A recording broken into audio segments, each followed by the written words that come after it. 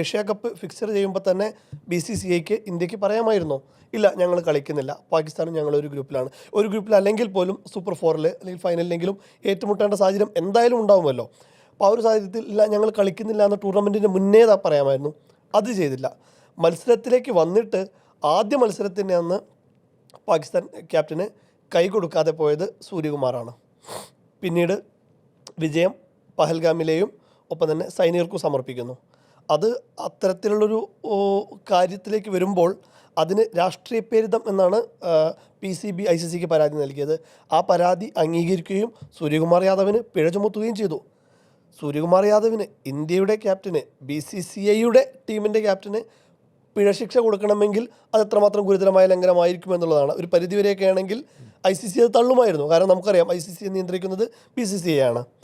അത്തരത്തിലുള്ള കാര്യങ്ങൾ കൊണ്ടാണ് പാകിസ്ഥാൻ പിന്നീട് വരുമ്പോൾ, പക്ഷേ അതിലും ഗ്രൗണ്ടിൽ പ്രകോപനപരമായ രീതിയിൽ കൈ കൊടുത്തില്ല എന്ന് സൂര്യ ചെയ്തിട്ടുള്ളൂ. ഗ്രൗണ്ടിൽ പ്രകോപനപരമായ കാര്യങ്ങൾ തുടങ്ങിയത് പാകിസ്ഥാനിന് ഒരു തർക്കവുമില്ല. അതിൽ ഹാരിസ് റൌഫും സാഹിബ് സാദ ഫർഹാനും.